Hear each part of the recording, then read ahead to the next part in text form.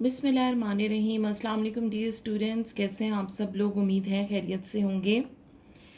میرے پاس ہے اسلامیات کی بک جو کہ ہے جماعت ہفتم کے طلباء و طالبات کے لیے۔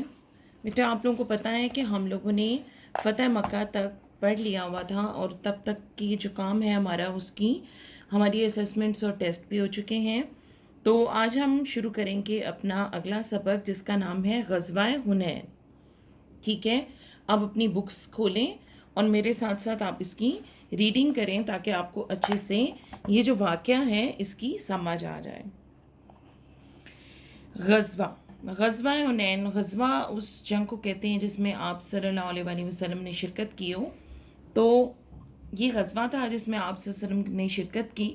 اب ہم پڑھتے ہیں کہ یہ کیوں ہوا اور کب ہوا، اور اس میں مطلب جو مسلمانوں کا تھا ان کا کیا کردار تھا، اور جو غیر مسلم تھے ان کا کیا تھا، کون سے قبیلے انوالو تھے، یہ تمام چیزیں ہم اس میں پڑھیں گے۔ تو آپ میرے ساتھ اس کی ریڈنگ کریں۔ حنین مکہ مکرمہ سے تقریباً 40 کلومیٹر کے فاصلے پر ایک وادی ہے۔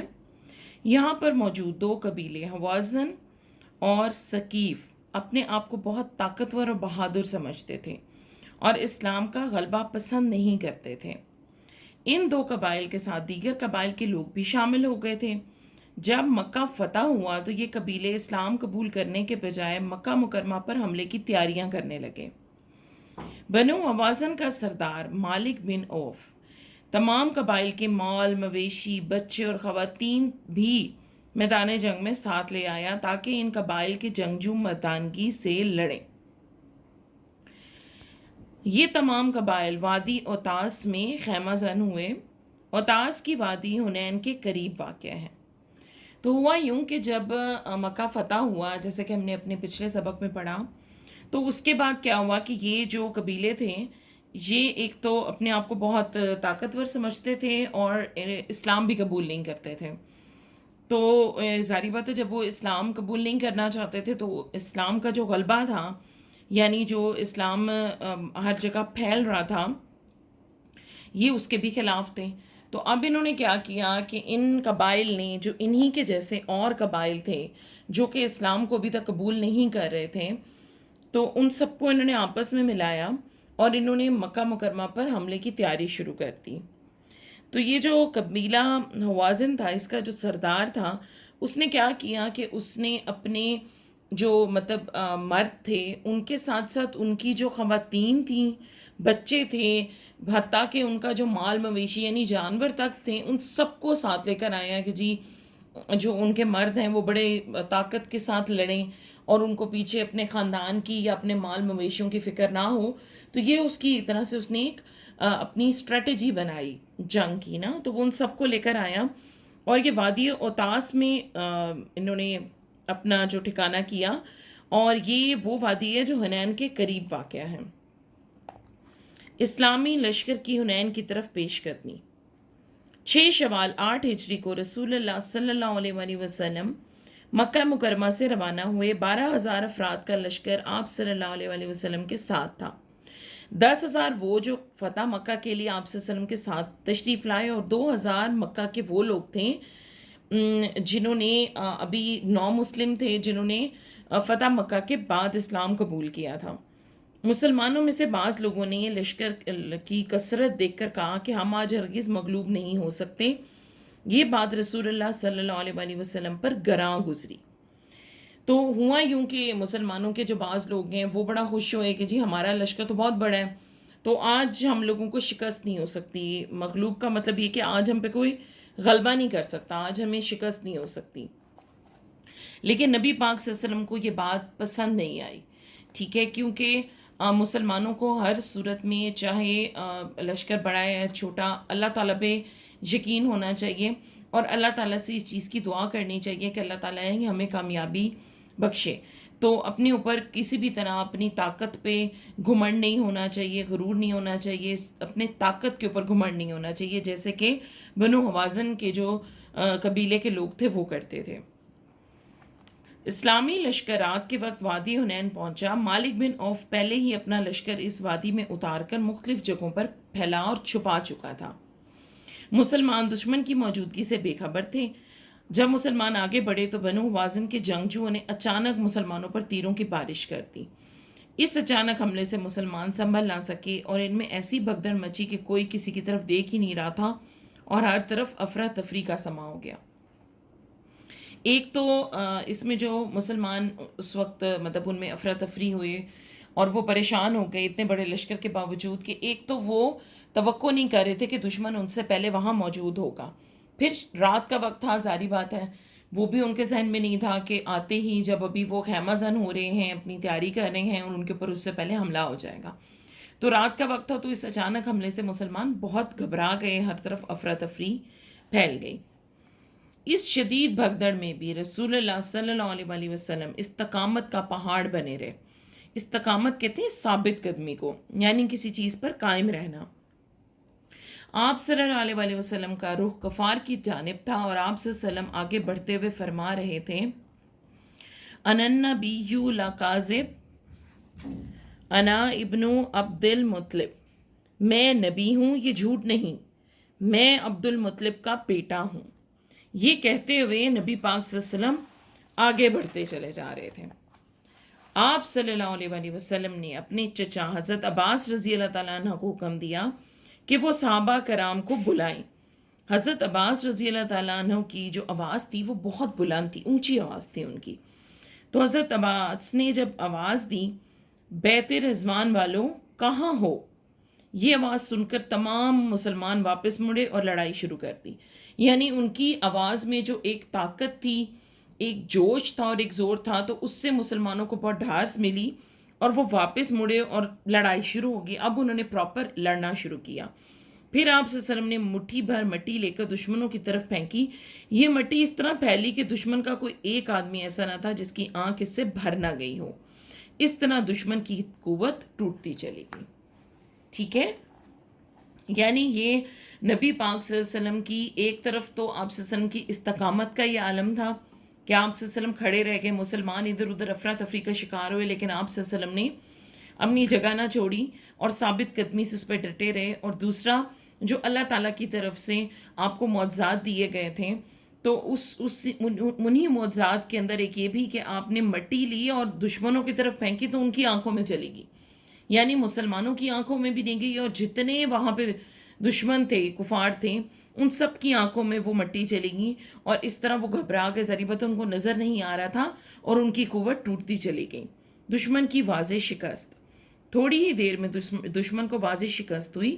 بنو ثقیف کے 70 آدمی مارے گئے اور ان کے مال، ہتھیار، خواتین اور بچے مسلمانوں کے ہاتھ بطور مال غنیمت آئے۔ مال غنیمت اصل میں اس سامان کو کہتے ہیں جو کہ جنگ کے موقع پر جو لشکر جیت جاتا ہے اور اس کے وہ لے لیتا ہے ہارے ہوئے لشکر کی چیزیں۔ اس میں مرد، عورتیں، بچے بھی ہوتے ہیں جن کو غلام بنا لیا جاتا ہے بعد میں، اور اس کے اندر زیور بھی ہوتا ہے، کپڑا بھی ہوتا ہے، کھانے پینے کی چیزیں، سامان اور جیسے ہوتے ہیں برتن وغیرہ، اور خاص طور پر جنگ کا سامان، یہ تمام چیزیں جو ہوتی ہیں اس کو ہم مال غنیمت بولتے ہیں۔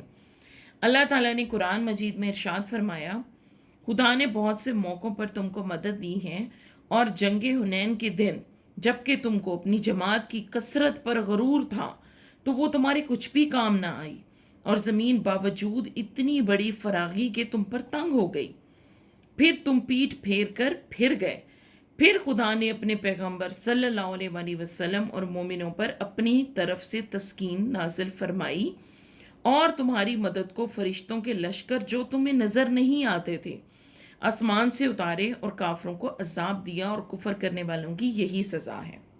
یہ سورہ توبہ کی 25 سے 26 جو آیت ہے، یہ وہ ہے۔ اب آپ یہ چیز دیکھیں کہ یہی چیز تھی جو نبی پاک صلی اللہ علیہ وسلم کو گراں گزری جب مسلمانوں نے اس چیز کے اوپر فخر کیا کہ جی ہماری تو تعداد ہی بہت زیادہ ہے، تو ہم تو آج ضرور جیتیں گے۔ تو ان کو اللہ تعالیٰ کی طرف سے اس سورہ توبہ میں یہ ان کو ایک وارننگ دی گئی ہے، کائنڈ آف، کہ یہ مت سمجھو کہ تم لوگوں کی اگر تعداد زیادہ ہے تو اس کی وجہ سے تمہیں فتح ملے گی۔ تمہیں تب تک فتح نہیں ملے گی جب تک تم اللہ اور اس کے رسول صلی اللہ علیہ وسلم سے مدد نہیں مانگو گے، جب تک ان کی طرف آپ نہیں پلٹیں گے، اللہ تعالیٰ سے اپنی فتح کے لیے دعا نہیں کریں گے اور صرف اللہ پہ توکل نہیں کریں گے، تب تک آپ کو جو فتح ہے وہ نہیں مل سکتی. ٹھیک ہے. اب غزوہ حنین سے ہمیں کیا سبق ملتا ہے؟ ہمیں یہ سبق ملتا ہے کہ ہمیں ظاہری اسباب پر فخر نہیں کرنا چاہیے، بلکہ ہر حال میں اللہ تعالیٰ سے مدد طلب کرنی چاہیے، شجاعت اور بہادری کے ساتھ میدان میں اترنا چاہیے، اور ہر حالت میں صرف اللہ تعالیٰ کی ذات پر بھروسہ اور توکل کرنا چاہیے. ٹھیک ہے. تو ہم لوگوں نے یہ پڑھ لیا. اس واقعے سے ہم نے بہت کچھ سیکھا بھی، اور ہمیں ایک اور واقعے کا پتہ چلا.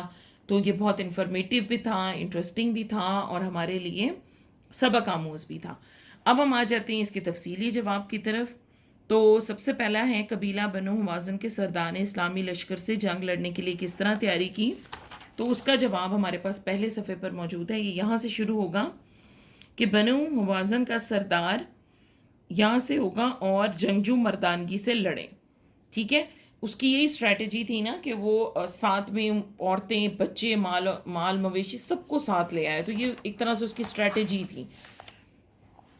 غزوہ حنین کی ابتدا میں مسلمان کیوں پسپا ہوئے؟ اس کا جواب آپ کو یہاں مل جائے گا. ادھر سے لے کر ادھر تک ہے کہ بھی ایک تو رات کا وقت تھا، پھر مالک بن عوف کا لشکر پہلے ہی وادی میں چھپا ہوا تھا. تو مسلمان آگے بڑھے تو ان کے جنگجوؤں نے تیروں کی بارش کر دی. تو اس حملے سے اچانک مسلمان گھبرا گئے اور ان میں بھگدڑ مچ گئی. تو یہ افراتفری کا سما تھا یہاں تک. ادھر سے لے کر ادھر تک آپ کا یہ جو دوسرا جو ہے تفصیلی جواب وہ ہے آپ کا. ٹھیک ہے. اور تیسرا اب ہمارا ہے غزوہ حنین میں رسول اکرم صلی اللہ علیہ وسلم کی شجاعت کا حال بیان کریں. یہ شروع ہوگا ادھر سے. اس شدید بھگدڑ میں بھی رسول اللہ صلی اللہ علیہ وسلم استقامت کا پہاڑ بنے رہے. اب یہ جو عربی میں لکھا ہے اگر آپ لکھ سکیں تو ٹھیک ہے، نہیں تو آپ اس کا صرف یہ ترجمہ یہاں پہ لکھیں گے. ٹھیک ہے. اور یہ اگلے صفحے پر جی اگلے صفحے پر جو ہے وہ ہمارے پاس یہاں تک ادھر تک ہے. ٹھیک ہے. قوت ٹوٹتی چلی گئی. تو یہ تھوڑا سا اگر آپ کو لینتھی لگتا ہے تو آپ اس کو اپنے الفاظ میں بھی لکھ سکتے ہیں. ٹھیک ہے. لیکن یہ ہے کہ یہ جو ڈیٹیل ہے جتنی اس کی تفصیل ہے یہ آپ نے لکھنی ہے، کیونکہ جب تک آپ یہ لکھیں گے نہیں تو سوال کا جواب مکمل نہیں ہوگا. پھر ہمارے پاس ہے غزوہ حنین سے میں کیا سبق ملتا ہے. یہ ہیں یہاں سے چند یہ جو 3 لائنیں دی ہوئی ہیں 2.5 لائنیں دی ہوئی ہیں یہ آپ نے لکھنی ہے. غزوہ حنین سے میں یہ سبق ملتا ہے سے لے کر بھروسہ اور توکل کرنا چاہیے. ٹھیک ہے. اب آ جاتے ہیں مختصر جواب. وادی حنین مکہ مکرمہ سے کتنی دور ہے؟ یہ یہاں پر ہے، یہ دیکھیں پہلی ہی لائن ہے. دوسری ہے کہ اوتاس کی وادی کہاں ہے؟ تو اوتاس کی وادی حنین کے قریب واقع ہے. ٹھیک ہے. غزوہ حنین کس ہجری میں آیا؟ اس کا جواب بھی دیکھیں یہیں پر ہے 6 شوال 8 ہجری میں. حضرت عباس نے صحابہ کرام کو کن الفاظ میں پکارا؟ بیت رضوان والو کہاں ہو. ٹھیک ہے. یہ پوری جو سٹیٹمنٹ ہے یہ آپ لکھیں گے. پھر آ جائے گا غزوہ حنین میں بنو ثقیف کے کتنے آدمی مارے گئے تھے؟ 70 آدمی. ٹھیک ہے. تو یہ سارے کے سارے جو سوال ہیں ان کے جواب آپ کو چیپٹر سے بہت آرام سے مل جائیں گے. اس کے علاوہ ہمارے پاس خالی جگہ پور بھی ہیں اور درست جواب پر ٹک کا نشان لگائے بھی ہیں. ٹھیک ہے. یہ جو کام ہے یہ آپ خود سے کریں گے. اس کا ایک تو فائدہ ہوگا کہ آپ کی ریڈنگ بہت پراپر ہو جائے گی اور آپ کو بہت اچھے سے چیپٹر سمجھ بھی آ جائے گا. آپ دوبارہ سے اس کو ریڈ آؤٹ کر لیں گے. ٹھیک ہے. اور اس کے جواب آپ نے خود سے ڈھونڈ کے ادھر لکھنے ہیں یا آپ کی اسسمنٹ میں شامل ہوں گے. تو ہم لوگوں نے اپنا اگلا چیپٹر بھی کر لیا. اس کے ساتھ ہی بیٹا اگلے ہفتے جو سیٹرڈے کو ہی جو آپ کا لیکچر لگے گا اس میں آپ کا قرآن کا اورل پورشن لگائیں گے جو ہم نے ابھی تک سٹارٹ نہیں کیا. تو اس میں جو آپ کی پہلی صورت ہے یہ آپ کو پڑھائی جائے گی اور آپ نے اس کو یاد بھی کرنا ہوگا. ٹھیک ہے. یہ آپ کے پہلے صفحے کے اوپر دی گئی ہے. یہ والی جو صورت ہے یہ آپ کو قیرسا پڑھ کے بھی بتائیں گے اور آپ نے اس کو یاد بھی کرنا ہے. ٹھیک ہے. تو ابھی تک کے لیے میں نے آپ کو جیسے بتا دیا غزوہ حنین کا آپ نے اس کو اچھے سے پڑھنا ہے اور اس کی جو مشق ہے آپ نے اس کی اچھے سے تیاری کرنی ہے. انشاءاللہ پھر جب آپ کا ٹیسٹ ہوگا تو اس میں یہ ٹیسٹ بھی لیا جائے گا اور اس میں آپ کی صورت بھی سنی جائے گی. ٹھیک ہے. تو اپنا بہت خیال رکھیے گا اور پڑھتے رہیے گا. انشاءاللہ پھر نیکسٹ لیکچر میں ملیں گے. تب تک اللہ حافظ.